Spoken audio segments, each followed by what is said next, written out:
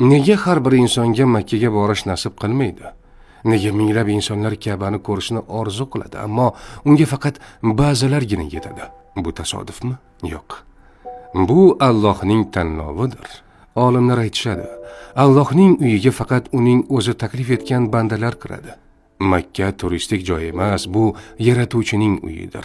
U yerga faqat ruxsat etilganlargina boradi. Qarang, qancha odam pul to'playdi, hujjatlar tayyorlaydi, ammo oxirgi paytda hammasi bekor bo'ladi.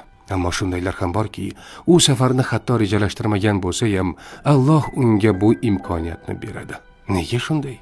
Chunki Alloh qalblarni tanlaydi. Payg'ambarimiz sollallohu alayhi va sallam aytganlar: Umra qiluvchi ziyoratchi Allohning mehmonidir. U zot ularni chaqirdi va ular javob berdilar. Agar ular undan bir narsa so'rasalar, Alloh ularga beradi.